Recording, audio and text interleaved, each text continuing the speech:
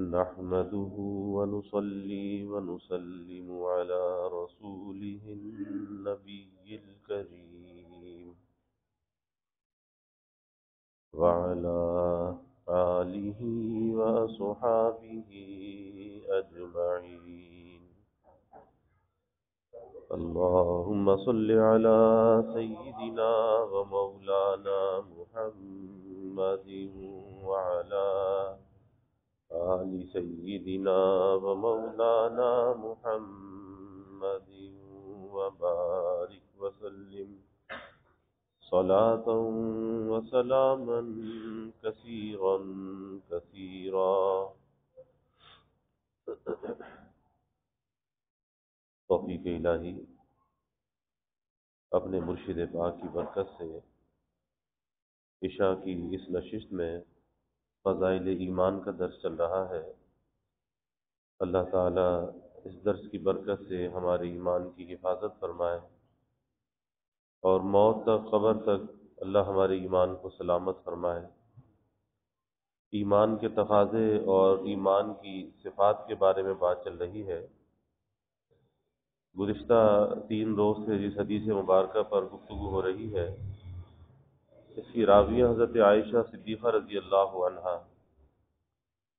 روایت کرتی ہیں کہ رسول اللہ صلی اللہ علیہ وسلم نے ارشاد فرمایا کہ مؤمنین میں سب سے زیادہ مکمل ایمان والا وہ شخص ہے جو اخلاق کے اعتبار سے سب سے اچھا ہو اور اپنے گھر والوں کے ساتھ سب سے زیادہ نرم ہو، نرم برتاؤ کرنے والا ہو. تو ایمان والے، کامل ایمان والے مومنین میں وہ زیادہ اچھا ہے جو اپنے گھر والوں کے ساتھ برتاؤ میں نرم برتاؤ کرنے والا ہو. حضرت ڈاکٹر عبدالحی صاحب عارفی نور اللہ مرقدہ فرماتے تھے، اور جس وقت حضرت نے یہ بات فرمائی اس وقت غالباً 50 یا 55 برس حضرت کی شادی کو گزر چکے تھے. اس وقت یہ بات فرمائی کہ جس طرح سے اپنے گھر والوں کے ساتھ آج سے 55 برس پہلے تھا آج بھی ویسا ہی ہوں، اور جیسا آج ہوں ایسا ہی 55 برس پہلے تھا. یعنی زندگی کو اس طرح سے گزارنا چاہیے اعتدال کے ساتھ کہ اس کے اندر کوئی نشیب و فراز نہ آئے، اخلاق میں، برتاؤ میں، رویے میں، گفتار میں. اور زندگی جو نام ہے نا وہ کمپرومائز کا نام ہے. زندگی منمانی کا نام نہیں ہے کہ کبھی انسان کی زندگی منمانی کے ساتھ نہیں گزر سکتی، اور اگر کوئی منمانی کی زندگی گزارنا چاہے تو پریشانیوں کا شکار ہوگا تو وہی جو اللہ چاہے گا. اور اللہ کی چاہت کو جب بندہ اپنی چاہت پہ غالب کرتا ہے تو بہت سی پریشانیوں سے بچ جاتا ہے، ورنہ قدم قدم پر یہ رکاوٹیں آتی ہیں کہ ایسا کیوں نہیں ہوا اور ویسا کیوں نہیں ہوا. اور ایک یہ ہے کہ سر تسلیم خم جو مزاج یار میں آئے کہ بس اس کے حکم کے آگے سر کو جھکا دے اور پھر جس حال میں وہ رکھے اس حال کے اندر راضی رہے.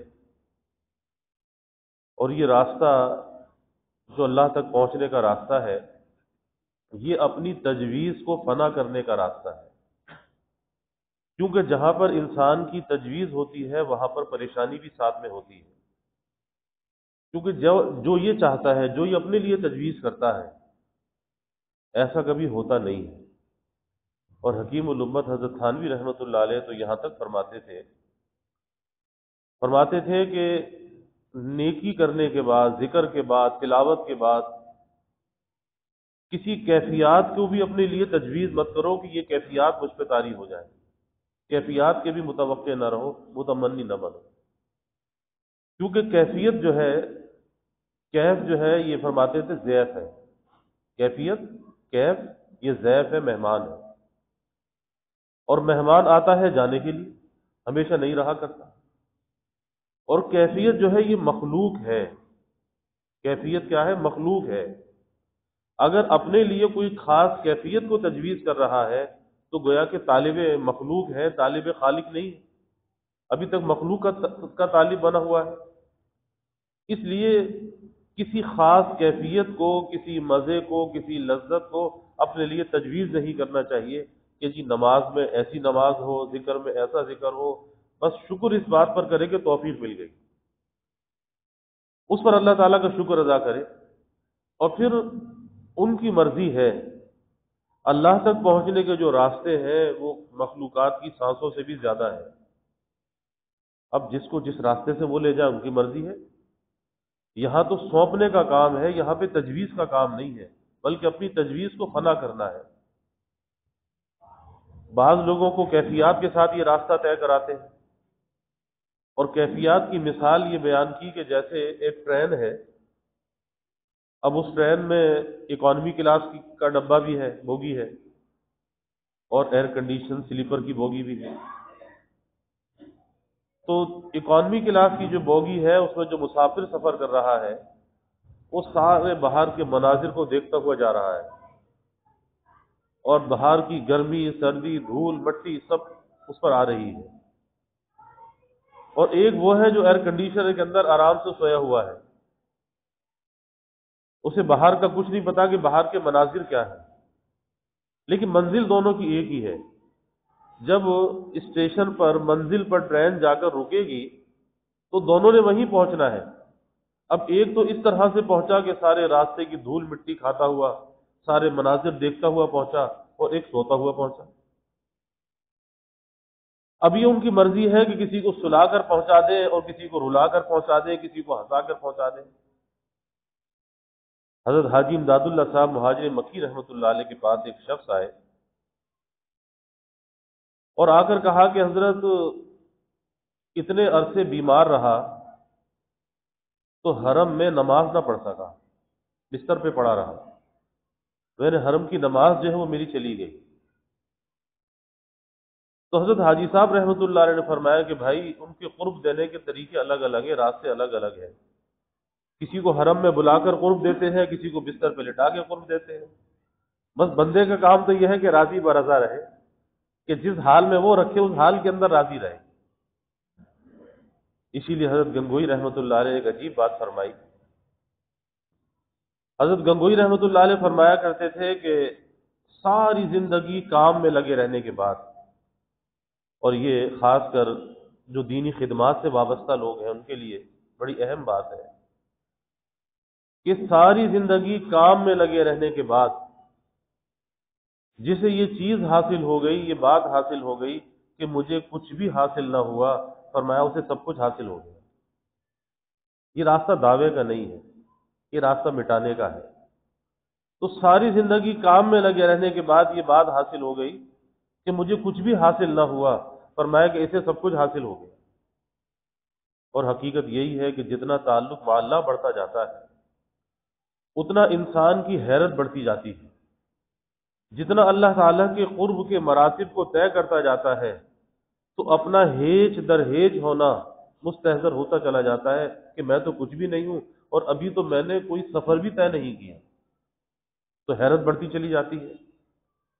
یہی وجہ ہے کہ ایک مرتبہ حضرت گنگوئی رحمۃ اللہ علیہ نے اپنے شاگرد اور مریدین کے سامنے قسم کھا کر یہ بات کہا کہ بھائی میں قسم کھا کر یہ بات کہتا ہوں، اور قسم سے بڑھ کر کوئی ذریعہ یقین دلانے کا نہیں ہے کہ میں کچھ بھی نہیں ہوں، پھر تم میرے پاس کیوں آتے ہو، جاؤ اپنا کام کرو۔ قسم کھا کے یہ بات فرمائے۔ اب جو سمجھنے والے وہ تھے وہ تو سمجھ گئے، لیکن بعض لوگ کچے ذہن کے تھے کہ بھئی حضرت جب قسم کھا رہے ہیں تو ظاہر ہے کہ اپنی قسم میں تو سچے ہوں گے، قسم جھوٹی تو ہوگی نہیں، تو پھر حضرت کے پاس جا کر کیا کریں۔ حضرت تھانوی رحمۃ اللہ علیہ کے پاس چند لوگ آئے اور آ کر کہا کہ حضرت گنگوئی رحمۃ اللہ علیہ یوں فرماتے ہیں، اور ظاہر ہے کہ وہ اپنی قسم میں سچے ہیں، تو پھر اب حضرت کے پاس جا کر ہم کیا کریں، پھر کیا فائدہ ان کے پاس جانے کا، جب وہ کہتے ہیں میں کچھ بھی نہیں ہوں تو پھر کیا فائدہ۔ تو حضرت تھانوی رحمۃ اللہ علیہ نے فرمایا کہ بھائی اس خیال سے توبہ کرو، حضرت گنگوئی رحمۃ اللہ علیہ جو بات فرما رہے ہیں وہ اپنے مرتبے اور مقام سے یہ بات فرما رہے ہیں کہ اللہ تعالیٰ کے قرب میں جتنا انسان آگے بڑھتا جاتا ہے، جتنا اللہ کی عظمت کا استحضار بڑھتا ہے، اتنا انسان کے اندر خشیت بڑھتی ہے، اپنا فنا ہونا، ہیج در ہیج ہونا، اس کا استحضار بڑھتا چلا جاتا ہے۔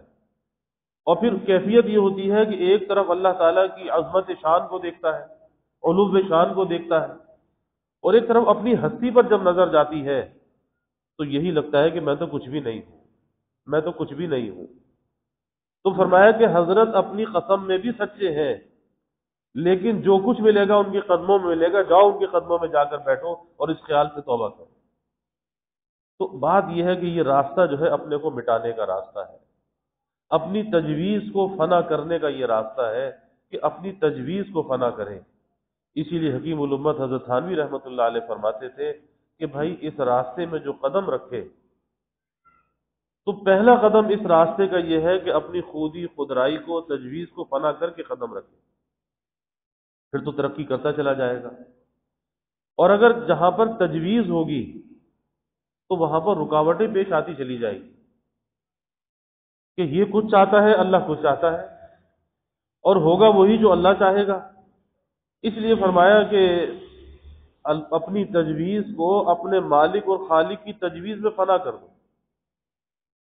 رانا بہلور رحمۃ اللہ علیہ نے کسی سے پوچھا نا، کسی اللہ والے سے، کہ بھئی کیا حال ہے، کیسی گزر رہی ہے؟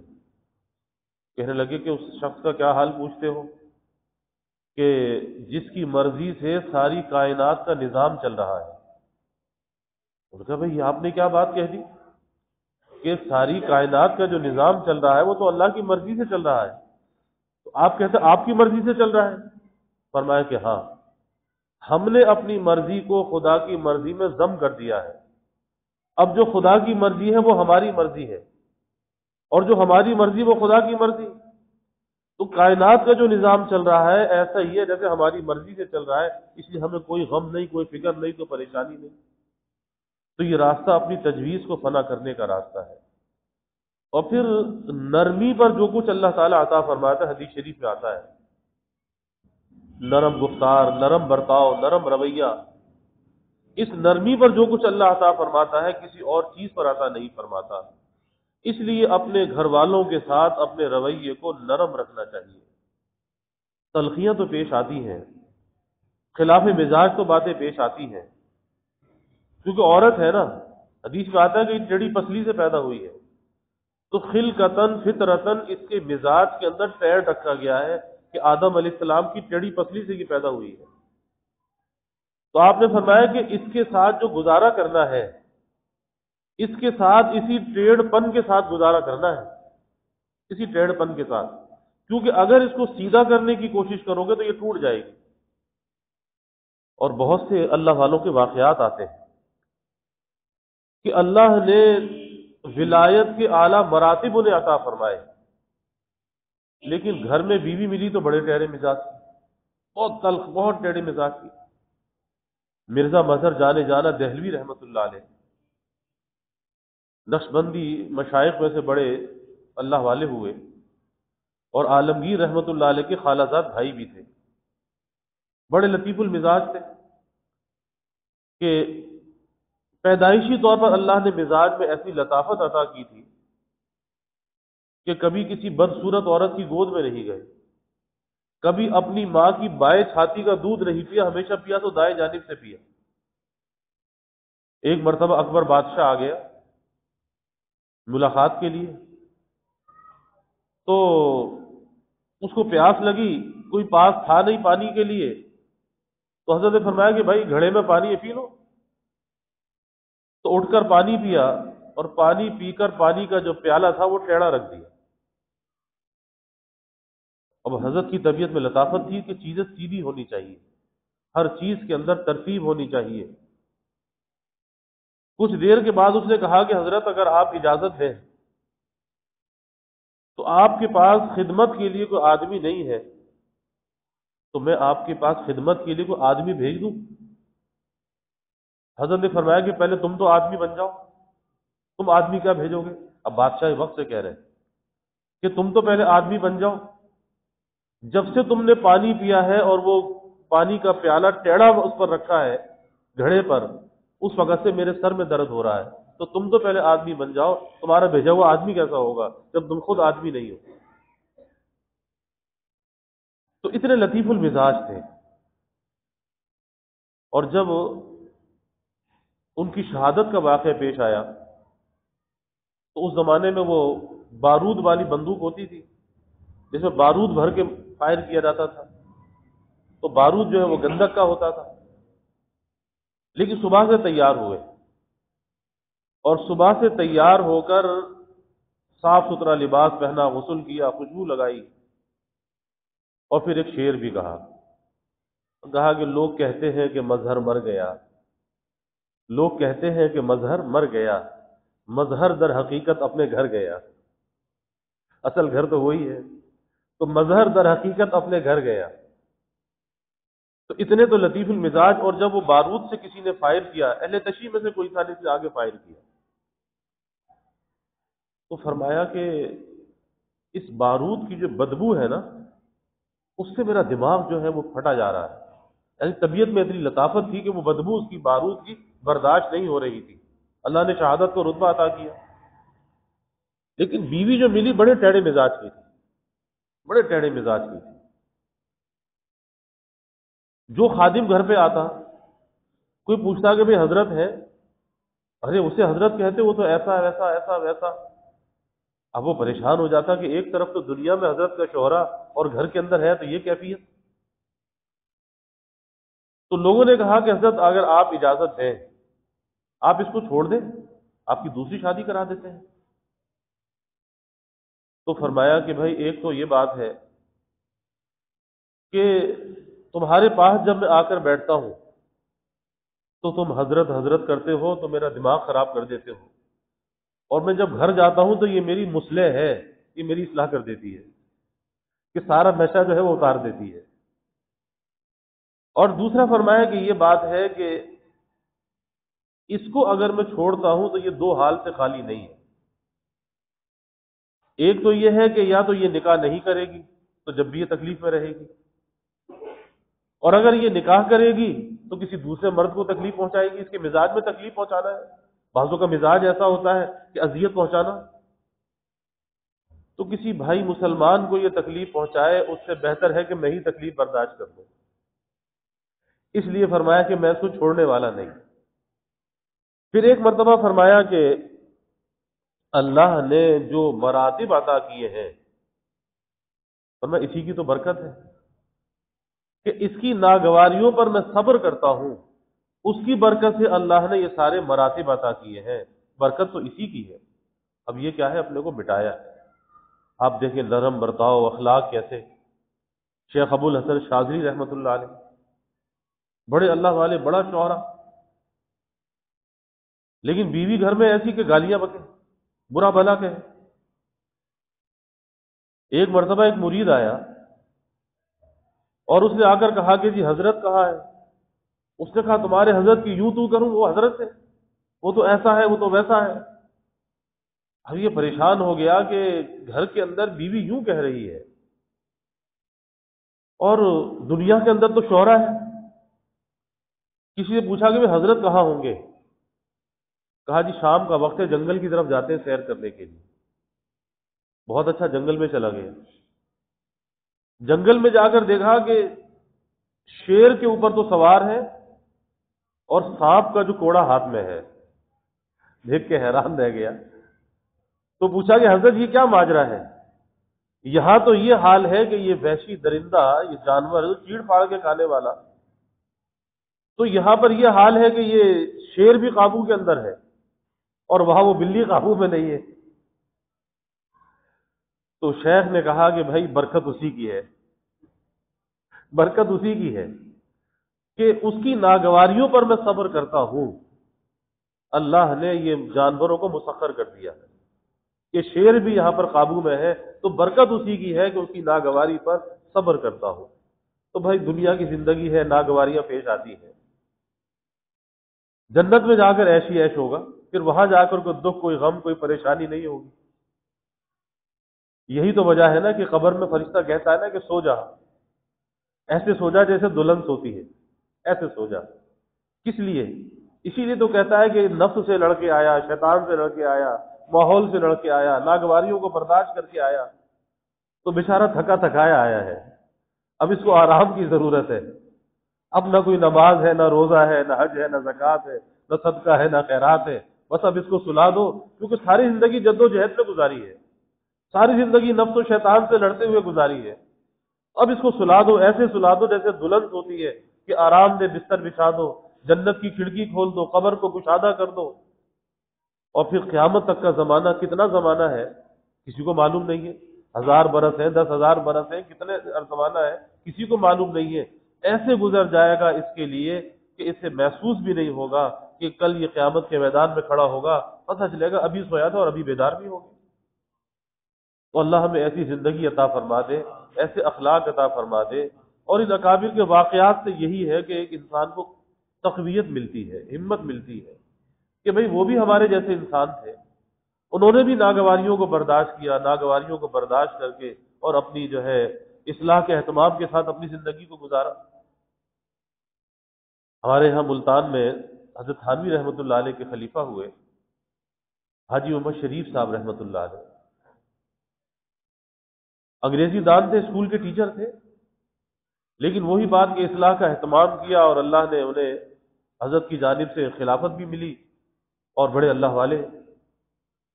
لیکن ان کا ایک عجیب واقعہ ہے کہ ایک مرتبہ خانقاہ میں مقیم تھے کہ جا کر حضرت کی خدمت میں یہ عرض کیا کہ حضرت لگتا ہے کہ آپ مجھ سے ناراض ہیں، لگتا ہے کہ آپ مجھ سے ناراض ہیں، اور یاد رکھیے کہ یہ شیطانی دھوکہ ہوتا ہے کہ بیٹھے بٹھائے کسی کے بارے میں شیطان وسوسہ ڈال دیتا ہے کہ بھئی لگتا ہے یہ فلاں آدمی تو مجھ سے ناراض ہے، وہ اپنی کسی پریشانی میں ہے، کوئی اور مشکل ہے، تو اسے یہ لگا کہ یہ مجھ سے ناراض ہے، بدگمانی دل میں آ گئی، اور بدگمانی سے اپنے دل کو بہت بچانا چاہیے، بدگمانی سے، کیوں کہ پھر بدگمانی جب بڑھتی ہے تو پھر بہت سی خرابیوں کو یہ جنم دیتی ہے، اب اس کی تفصیل کا وقت نہیں ہے۔ شوہر کو بیوی سے بدگمانی ہو جاتی ہے، بیوی کو شوہر سے ہو جاتی ہے، بیٹھے بیٹھائے بیوی کہتی ہے لگتا ہے جی آپ تو مجھ سے ناراض ہیں، تو شوہر کو بھی غصہ آ جاتا ہے، غصہ نہیں کرنا چاہیے، درگزر کرنا چاہیے، برداشت کرنا چاہیے، اپنے رویے سے اس کو اچھے برتاؤ سے بتانا چاہیے کہ بھئی میں کیوں ناراض ہوں۔ تو حضرت تھانوی رحمۃ اللہ علیہ کے یہاں مواخذہ ہوتا تھا، پکڑ ہوتی تھی، وہاں کا معاملہ جدا تھا۔ حضرت نے فرمایا کہ بھئی تم نے کیسے کہا کہ میں تم سے ناراض ہوں؟ اگر میں تم سے ناراض ہوتا تو کیا میں تمہاری اصلاح و تربیت کے تعلق کو برقرار رکھتا؟ تو لگتا ہے تمہارے اندر بدگمانی کا مرض ہے، اور بدگمانی بھی کس سے؟ اپنے شیخ سے۔ بس ابھی اسی وقت سامان اٹھاؤ اور خانقاہ سے نکلو۔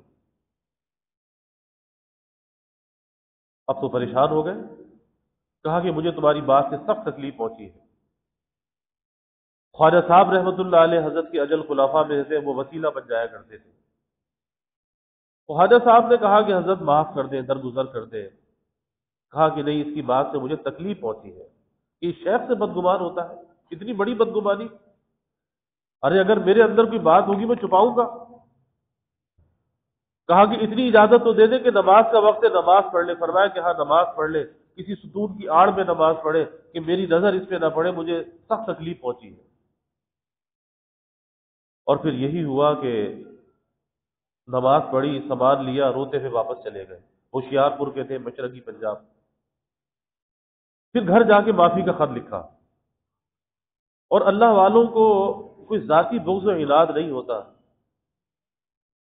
وہ اگر مؤاخذہ اور پکڑ اگر ہوتی ہے تو برائے اصلاح ہوتی ہے، اپنی ذات کے لیے کوئی بدلہ اور انتقام نہیں ہوتا۔ اسی لیے حضرت فرمایا کرتے تھے کہ جب میں کسی کا مؤاخذہ کرتا ہوں تو عین اس مؤاخذے کی حالت میں بھی اس کو اپنے سے افضل سمجھتا ہوں، اپنے کو کمتر سمجھتا ہوں، صرف اس لیے کہ ایک اس کی اصلاح اور تربیت کی ذمہ داری ہے، اس میں خیانت نہ ہو، اس لیے پکڑ اور مواخذہ کرتا ہوں، ورنہ فرمایا کہ یہ مجھ سے افضل ہے۔ تو فرمایا کہ جب معافی کا خط آیا تو معاف کر دیا، معاف کر دیا، اور آنے کی اجازت ہی مرحمت فرمائی، دوبارہ سفر کر کے پہنچ گئے۔ تو اس پر ایک شعر کہا کرتے تھے، اور یہ کیا چیز ہے؟ یہ ایک اخلاق کی درستی کے لیے کہ اندر کے اندر کی جو خرابیاں ہیں نا یہ دور ہو جائے۔ اس پر ایک شعر پڑھا کرتے تھے حاجی محمد شریف صاحب رحمۃ اللہ علیہ کہ کتنا لطف بھرا تیرا یہ عتاب تھا، یعنی سزا تو سخت ملی کہ خانقاہ سے نکالے گئے، لیکن اس کو فرما رہے ہیں کتنا لطف بھرا تیرا یہ عتاب تھا، ساری کامیابیوں کا یہی تو فتح باب تھا کہ یہاں سے اللہ نے کامیابیوں کے دروازے کھول دیے، کامیابیوں کے راستے کھول دیے۔ اس لیے کل بھی میں یہ بات عرض کر رہا تھا کہ اپنی غلطی کے اقرار کے معاملے میں کبھی کسی دھوکے میں مبتلا نہیں رہنا چاہیے، اپنی غلطی کا اقرار کر لینا چاہیے، ہاں مجھ سے غلطی ہوئی ہے، کیونکہ ترقی کا جو راستہ ہے وہ غلطی سے سیکھ کر آگے بڑھنا ہے۔ غلطی ہم سے ہوتی ہے، اگر ہم اس بحث میں پڑے کہ نہیں تعویل کرنے لگے میں نے کچھ نہیں کیا، یہ ایسا تھا یہ ویسا تھا، تو ٹھیک ہے وقت تو گزر جائے گا، لیکن وہ خرابی اندر جڑ پکڑ جائے گی، وہ خرابی اندر سے نکلے گی نہیں۔ اس لیے غلطی ہو جائے اتنا حوصلہ ہمت ہونی چاہیے کہ آدمی اپنی غلطی کا اقرار کر کے اس کی تلافی کر دے، بس ترقی کا راستہ کھلا ہے، پھر ترقی کی منازل طے ہوتی چلی جاتی ہے، انسان آگے بڑھتا چلا جاتا ہے۔ لیکن بحث و مباحثے میں، قیل و قال میں، تعویلے میں تعویل پیش کرنا، اس چکر میں نہیں پڑنا چاہیے، کیونکہ سب سے زیادہ خطرہ اپنے اخلاق پر ہوتا ہے، اخلاق میں بگاڑ آ جاتا ہے، اور جب اخلاق کے اندر بگاڑ آتا ہے تو اعمال کا وزن کم ہو جاتا ہے، پھر وہ اعمال قیمتی نہیں رہتے، وہ اچھے اخلاق کی وجہ سے وہ اعمال وزن والے اور قیمتی بنتے ہیں۔ اللہ تعالی ہمیں اس کی توفیق عطا فرمائے۔ وآخر دعوانا الحمد للہ رب العالمین والعاقبۃ للمتقین والصلاة والسلام علی اشرف الانبیاء والمرسلین اللہم صل علی سیدنا و مولانا محمد وعلی آل سیدنا و مولانا محمد وبارک وسلم۔ ربنا آتنا فی الدنیا حسنہ وفی الآخرۃ حسنہ وقنا عذاب النار۔ ربنا اتمم لنا نورنا واغفر لنا انک علی کل شیء قدیر۔ اللہم اعنا علی ذکرک وشکرک وحسن عبادتک۔ اللہم وفقنا لما تحب وترضى من القول والعمل والفعل والنیت والہدى انک علی کل شیء قدیر۔ اللہم ارزقنا حبک وحب حبیبک صلی اللہ علیہ وسلم۔ اللہم ارزقنا شہادة فی سبیلک واجعل موتنا ببلد رسولک۔ یا اللہ یا رحمان یا رحیم یا کریم یا ارحم الراحمین یا اکرم الاکرمین۔ یا اللہ ہمارے گناہوں کو معاف فرما، یا اللہ ہماری خطایا سے درگزر فرما، یا اللہ اپنی محبت معرفت عطا فرما، اپنی رضا والی زندگی یا اللہ نصیب فرما، رضا والے کاموں کی یا اللہ توفیق عطا فرما، یا اللہ اکرام مسلم کی ہمیں توفیق عطا فرما، بڑوں کا ادب کرنے والا بنا، چھوٹوں پر شفقت کرنے والا بنا، خلق خدا سے یا اللہ درگزر کرنے والا بنا، اپنے اہل خانہ سے یا اللہ حسن برتاؤ کرنے والا بنا، حسن سلوک کرنے والا بنا، یا اللہ برے اخلاق سے، برے کردار سے، بری گفتار سے ہماری حفاظت فرما، یا اللہ تکبر سے، عار سے، استکبار سے، حسد کینے سے یا اللہ ہمارے سینے کو پاک فرما، یا اللہ دلوں میں نرمی، عاجزی، زاری پیدا فرما، اپنی رضا کے لیے یا اللہ مٹنا نصیب فرما، یا اللہ برتاؤ میں یا اللہ گفتار میں نرمی عطا فرما، سختی سے یا اللہ ہماری حفاظت فرما، یا اللہ ظاہری باطنی ہر قسمی ترقیات عطا فرما، سب کے دلوں کے نیک ارادوں کو یا اللہ تمناؤں کو از غیب پورا فرما، سب کے کھانے پینے میں خیر و برکت فرما، علم و عمل میں خیر و برکت فرما، روزی روزگار میں خیر و برکت فرما، گھر بار میں خیر و برکت فرما، یا اللہ کبھی کسی کو مخلوق کا محتاج نہ بنا، ابواب رزق یا اللہ کشادہ فرما، رزق حلال عطا فرما، آسان عطا فرما، برکت والا عطا فرما، کبھی مخلوق کا محتاج نہ بنا، اولاد کا محتاج نہ بنا، حساف فجار کا دست نگر نہ بنا، یا اللہ اپنے در کا سائل اور بھکاری بنا، اپنے در کا منگتا اور سوالی بنا، اپنے غیر سے ہماری امیدوں کو قطع فرما، اپنی ذات عالی کا یقین ہمارے دلوں میں پیدا فرما۔ یا اللہ ہر امید کو اپنی ذات سے وابستہ کرنے والا بنا۔ یا اللہ ایمان کی ترقی، اعضا کی سلامتی عطا فرما، ہر محتاجی معذوری سے یا اللہ ہماری حفاظت فرما۔ یا اللہ ہمارے ملک پر اپنی رحمتوں کا نزول فرما، اس ملک کو امن کا، سلامتی کا گہوارہ بنا۔ یا اللہ لوگوں کو راحت اور خوشی عطا فرما، ہر قسم کے انتشار سے، افتراق سے یا اللہ حفاظت فرما۔ یا اللہ ہمیں ایک بنا اور نیک بنا، کلمہ واحدہ پر پوری امت کو متحد فرما۔ یا اللہ دنیا میں جہاں کہیں بھی مسلمان آباد ہیں، سب کے جان، مال، ایمان، عزت، آبرو کی حفاظت فرما۔ یا اللہ گھر بار کی حفاظت فرما، اولاد کی حفاظت فرما۔ یا اللہ جتنے بھی حاضرین ہیں، ان کے متعلقین، اہل خانہ، یا اللہ سب کے گھروں میں چین، سکون، عافیت، راحت عطا فرما، نعمت برکت عطا فرما، نعمتوں کی فراوانی عطا فرما۔ یا اللہ ہر امتحان سے، ہر ابتلا سے، آزمائش سے ہماری حفاظت فرما۔ جو جو ہماری عمر بڑھتی جائے، ہماری نعمتوں کو بڑھاتے جانا، ہماری نیکیوں کو بڑھاتے جانا۔ یا اللہ ہمارے عافیت کو بڑھاتے جانا۔ یا اللہ سب سے زیادہ ہمارے ایمان کو بڑھا دینا۔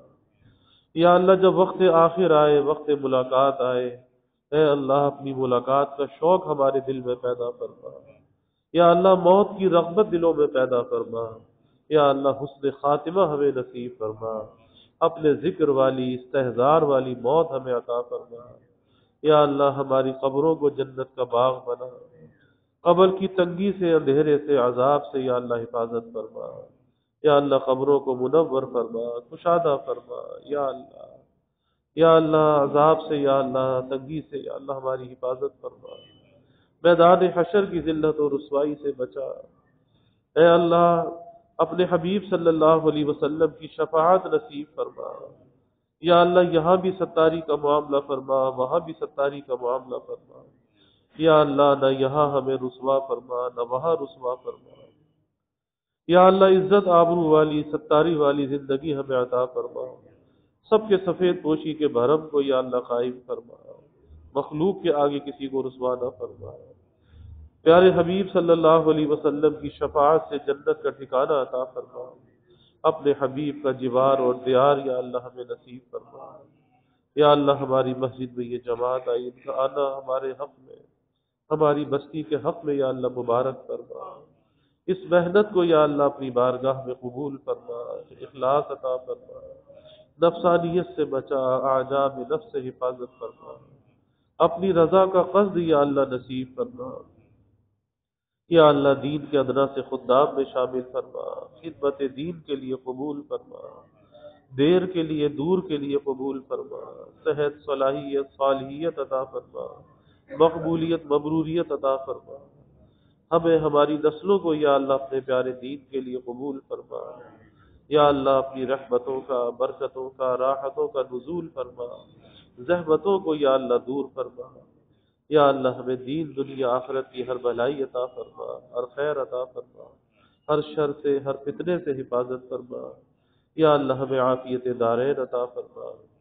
ربنا تقبل منا انك انت السميع العليم وتب علينا انك انت التواب الرحيم وجزى الله عنا محمدا صلى الله عليه وسلم ما هو اهله وصلى الله تعالى وسلم على النبي الكريم آمين برحمتك يا ارحم الراحمين۔